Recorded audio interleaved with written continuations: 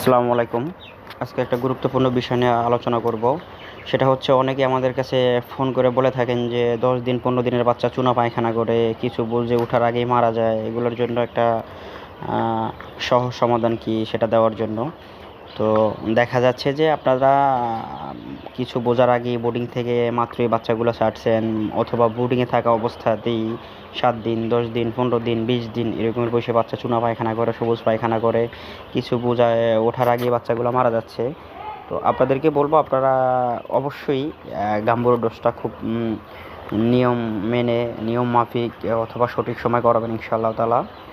তো এটার জন্য আপনারা সিপ্রোসিন বেড ইউজ করতে পারেন, পাশাপাশি কিডনি টনিক, আপনার সাথে গুড় দিতে পারেন, লাইসোবিট দিতে পারেন।